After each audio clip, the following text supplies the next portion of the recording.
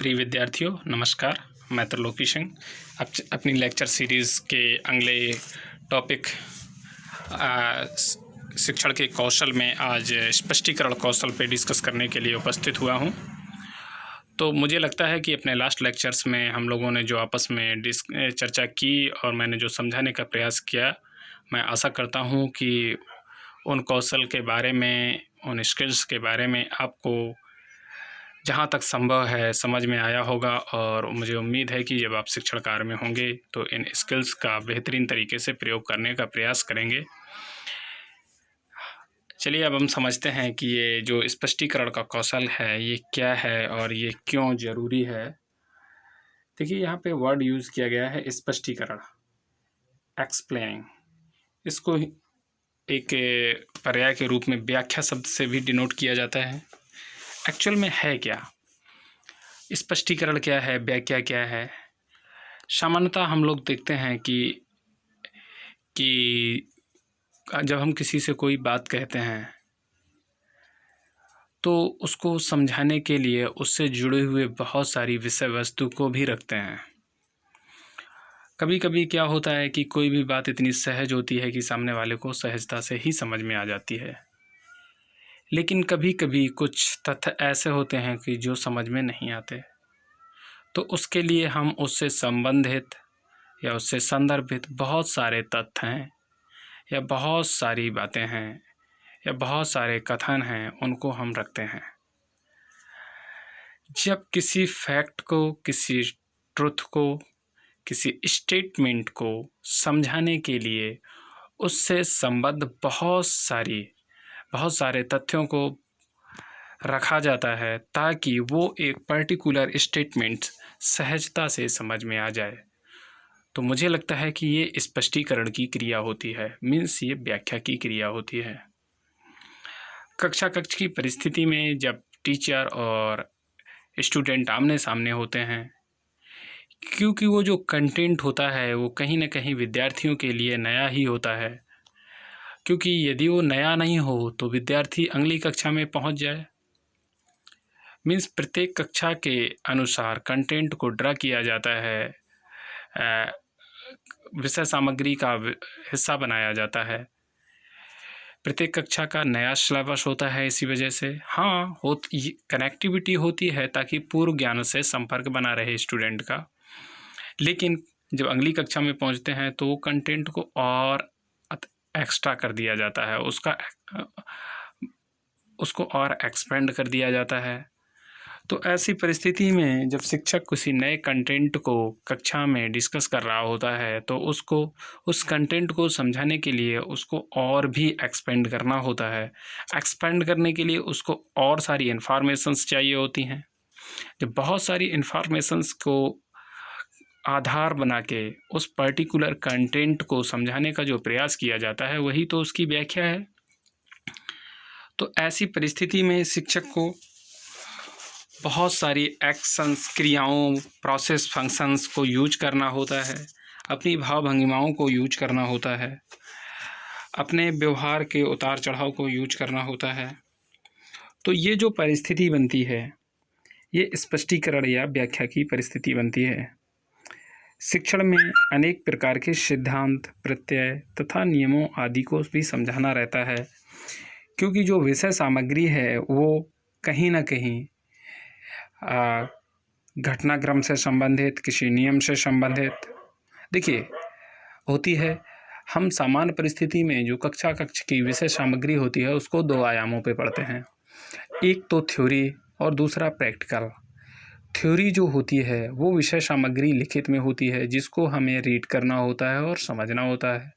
Practical आयाम को हमें व्यवहारिक जगत से सीखना होता है, क्रियाओं के रूप में सीखना होता है। दोनों में शिक्षक के द्वारा जब तक गाइडलाइन नहीं मिलती है, मार्गदर्शन नहीं मिलता है, तब तक तो समझ में नहीं आती, क्योंकि यदि विद्यार्थी को स्वतः समझ में आ जाए तो फिर शिक्षक की ज़रूरत ही क्या हो, स्कूल सिस्टम की, इंस्टीट्यूशन लेवल पे जाने की ज़रूरत ही क्या हो। तो ऐसी परिस्थिति में जो शिक्षक होता है उस कंटेंट को क्लासरूम में विद्यार्थियों को सहजता से समझ में आ जाए, संबद्ध सूचनाओं के साथ उसको एक्सपेंड करके समझाने का प्रयास करता है, जिसको कंटेंट की व्याख्या कहा जाता है।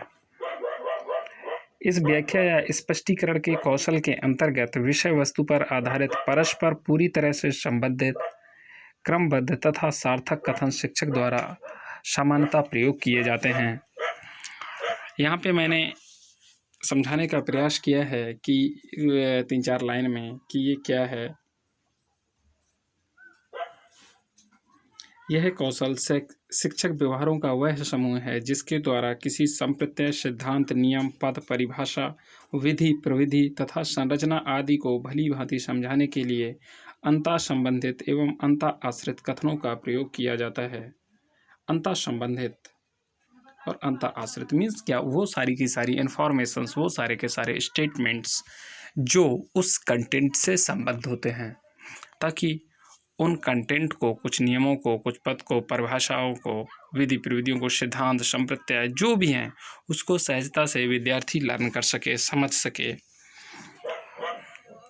अर्थात स्पष्टीकरण वह है या व्याख्या वह है जिसमें विद्यार्थी सरलता से समझने की क्रिया में आगे बढ़ते हैं, सुगमता से विषय सामग्री को ग्रहण करते हैं। शिक्षक के द्वारा जो व्यवहार किए जाते हैं, इसमें उसकी प्रभावशाली व्याख्या में ये जो इन्फॉर्मेशंस होती हैं, ये बहुत ही सहायक साबित होती हैं। स्पष्टीकरण का जो प्रमुख उद्देश्य है वह व्यवहारों में जो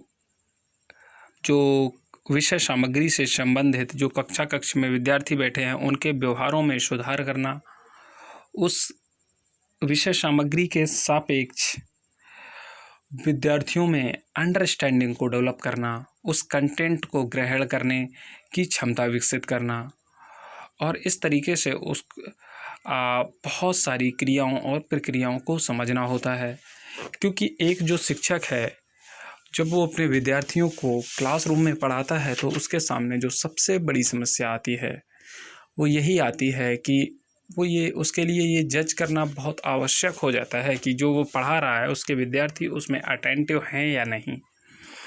ऐसी परिस्थिति में कई बार विद्यार्थियों से ये शिकायत शिक्षकों को सुनने को मिलती है कि आपका पढ़ाया हुआ हमें समझ में नहीं आता। वो समझ में ना आने का कारण कहीं न कहीं जो टीचर के द्वारा व्याख्या की जाने की जो शैली है, जो टेक्निक्स हैं, वो बहुत ही प्रभावशाली नहीं होती। तो स्पष्टीकरण के कौशल को प्रभावशाली बनाने के लिए इसके कुछ बेसिक कंपोनेंट हैं, जिस पे अब हम डिस्कस करेंगे कि इसके अंतर्गत हमें किन किन बिंदुओं पर ध्यान देना होता है।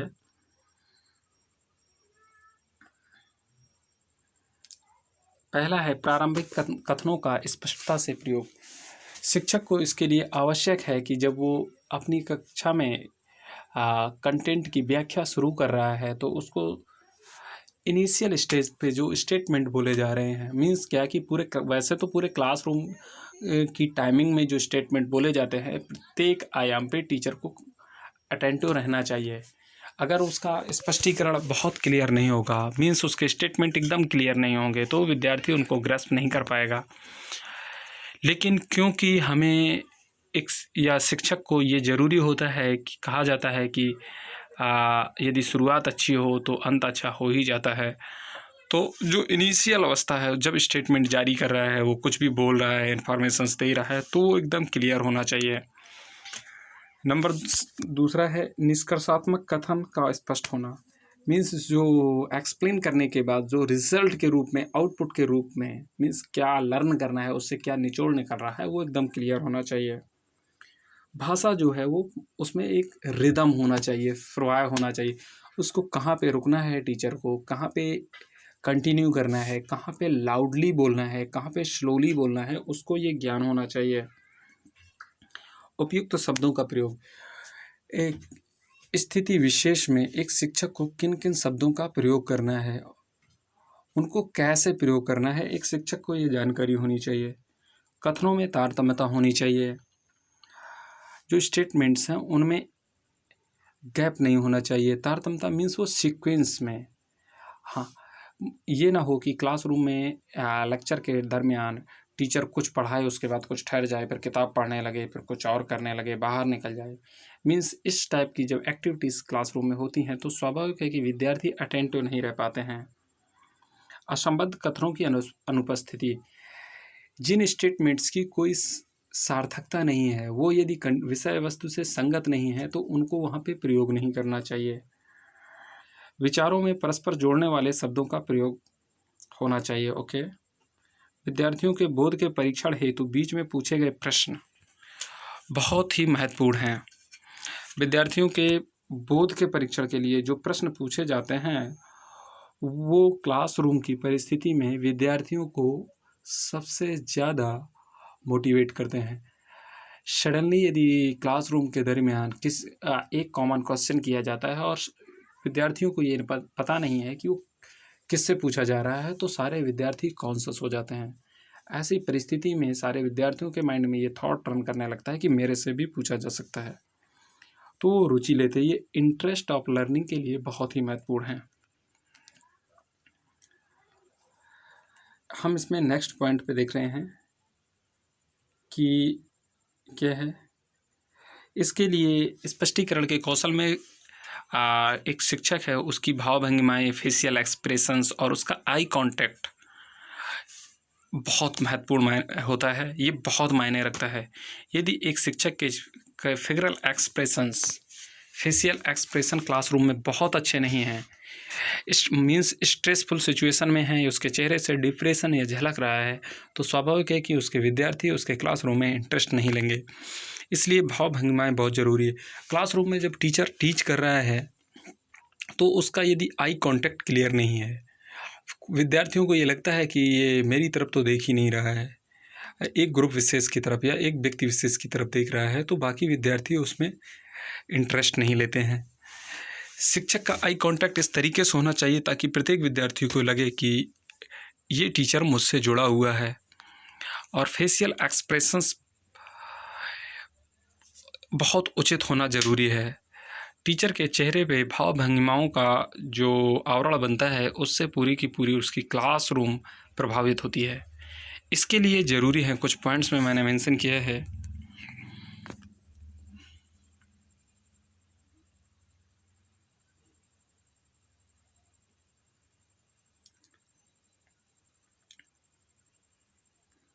पहला है प्रभावशाली वक्ताओं के व्याख्यानों का अवलोकन। जब हम स्पष्टीकरण और व्याख्या कौशल को लर्न करने का प्रयास कर रहे हैं, सीखने का प्रयास कर रहे हैं, तो ऐसी सिचुएशन में हमें ये याद आना लाजमी हो जाता है। हम बहुत सारे मोटिवेशनल स्पीकर्स को देखते हैं, बहुत सारे स्पिरिचुअल लीडर्स को देखते हैं, पॉलिटिशियंस को देखते हैं, प्रखर वक्ताओं को देखते हैं। हम देखते हैं कि वो जब आप स्टेज से बोल रहे होते हैं, इसको हम यूट्यूब के माध्यम से भी देख सकते हैं। कई बार हम लोगों ने प्रैक्टिकल में टीचर्स के लेक्चर या गेस्ट लोगों के लेक्चर्स देखे होंगे, तो देखते हैं कि जो प्रभावशाली वक्ता होते हैं वो किन किन आयामों में परफेक्ट होते हैं, तब हम उनको सुनते हैं। तो प्रभावशाली वक्ताओं के जो व्याख्यान होते हैं, हमें एक शिक्षक को अवलोकन करना चाहिए कि वो कैसे मंच से बोलते हैं, उनके फेशियल एक्सप्रेशंस कैसे होते हैं, उनका आई कांटेक्ट कैसा होता है, उनका बोलने का रिदम क्या होता है। जब तक हम अवलोकन नहीं करेंगे तब तक हम उनको समझ नहीं पाएंगे। प्रभावशाली वक्ताओं के कार्यों का निरीक्षण और अध्ययन, वो किस किस टाइप के कार्यों में संबद्ध होते हैं, संलग्न रहते हैं, कैसे कैसे कार्यों को करना पसंद करते हैं, उसका हमें स्टडी करना चाहिए। ये लोग बहुत सारे रिसर्च आर्टिकल्स पब्लिश करवाते रहते हैं, या इनके बारे में कहीं ना कहीं हमें बहुत सारा मटेरियल पढ़ने को मिलता है। जैसे महात्मा गांधी के बारे में बहुत सारी किताबें हैं, विवेकानंद जी के बारे में बहुत सारी किताबें हैं। इनके कार्यों का हम अध्ययन कर सकते हैं उनकी बुक्स, उन पर लिखी गई किताबों के माध्यम से। या ऐसे कोई भी बंदा, कोई भी टीचर है, कोई प्रोफेसर है, वो आर्टिकल्स लिखता रहता है, तो उससे व्यक्तित्व के बारे में पता चलता रहता है। कहानी कथन का अभ्यास, एक टीचर को ये बहुत आवश्यक है कि वो स्टोरी टेलिंग की प्रैक्टिस करे। उसके लिए ये आवश्यक है कि वो बच्चों को या साथियों के बीच और कभी कभी कहानियाँ याद करके उनको सुनाने का प्रयास करे। ऐसी सिचुएशन में क्या है कि सेल्फ इवैल्यूएशन का उसको मौका मिल जाता है। स्वयं के प्रदर्शन का गहन अवलोकन एवं मूल्यांकन और सुधार। एक शिक्षक के लिए ये सबसे महत्वपूर्ण विषय होता है। सेल्फ मोटिवेशन के लिए सेल्फ एवेल्युएशन बहुत ज़रूरी है, क्योंकि कोई भी व्यक्ति ऐसा नहीं है जो आत्मावलोकन नहीं कर सकता है। हम कोई भी कार्य करते हैं, हो सकता है कि हम उसके प्रो एंड कॉन्स को नोटिस ना करें और इग्नोर कर दें, और यदि हम कॉन्शस हों तो हम अपने प्रत्येक कार्य का स्वयं मूल्यांकन कर सकते हैं। हमें ये ज़रूरत ही ना पड़े कि कोई दूसरा हमारा अवलोकन करे, हमारा मूल्यांकन करे। यदि हम अपने द्वारा की गई किसी भी क्रिया का स्व मूल्यांकन करते हैं तो हमें ये पता चलेगा कि हमने कहाँ पे फॉल्ट की, कहाँ पे मिस्टेक की, हमें कहाँ पे सुधार की गुंजाइश है। तो ये एक शिक्षक के लिए बहुत, या प्रशिक्षु शिक्षक के लिए बहुत महत्वपूर्ण पॉइंट है। स्वयं के और साथियों के प्रदर्शन को रिकॉर्ड करना और मूल्यांकन करना मीन्स जो चौथा पॉइंट है, उसके लिए ये आवश्यक है कि हम अपने और साथियों के जो प्रदर्शन हैं, जो कार्य हैं, उनका रिकॉर्ड करें और फिर उसको मूल्यांकन करें। कंपैरेटिवली हम स्टडी करें कि देखें हम कहाँ पे मिस्टेक कर रहे हैं, या हमारा साथी कहाँ पे मिस्टेक कर रहा है, या हमारा साथी कहाँ पे अच्छा कर रहा है और कहाँ पे हम सही नहीं कर रहे हैं। उसको देख के हम अपने आप को सुधारें, और इस तरीके से हम ये फेशियल एक्सप्रेशंस और आई कांटेक्ट पे काम कर सकते हैं, जो स्पष्टीकरण और व्याख्या कौशल के लिए बहुत ही आवश्यक पॉइंट हैं। इन सारे के सारे कंपोनेंट पे बेसिकली जब हम काम करते हैं तो हमें पता चलता है कि हमारा जो स्पष्टीकरण स्किल है उस पे उसको और अच्छा कैसे बनाया जा सकता है। हमारी टीचिंग जो शैली है वो कैसे और प्रभावशाली हो सकती है। फाइनली जिस तरीके से मैंने रेटिंग स्किल्स अदर स्किल के सापेक्ष डेवलप की थी, 7 पॉइंट स्केल या 3 पॉइंट स्केल, ऐसे ही इसमें भी ड्रा की जाती है, जो टीचर के, जो एवेल्युएटर के लिए आवश्यक होती है। जब आप प्रशिक्षु होते हैं, आपका प्रशिक्षण चल रहा होता है, आप स्टेज पे एक्सप्लेन कर रहे होते हैं, तो पीछे बैठा हुआ टीचर एवेल्युएट करता है आपको, तो उसमें इन्हीं कंपोनेंट के सापेक्ष वो 7 पॉइंट का स्केल डेवलप करता है और उसको टिक करता है। फाइनली ऑब्जर्वेशन के द्वारा वो ये जज करता है कि आपको क्या स्कोर दिया जाना चाहिए। यदि औसत रूप से आप अच्छे हैं तो आपको आगे के लिए बढ़ने को प्रोत्साहित किया जाता है, अदरवाइज आपको रीटीचिंग के लिए तैयार किया जाता है। तो मुझे उम्मीद है कि ये स्किल आपको, इसकी जो बेसिक इंफॉर्मेशंस हैं, बेसिक व्याख्या है, वो आपको समझ में आई होगी। और इस प्रकार आपको इस लेक्चर पे समय देने के लिए धन्यवाद। Thank you very much.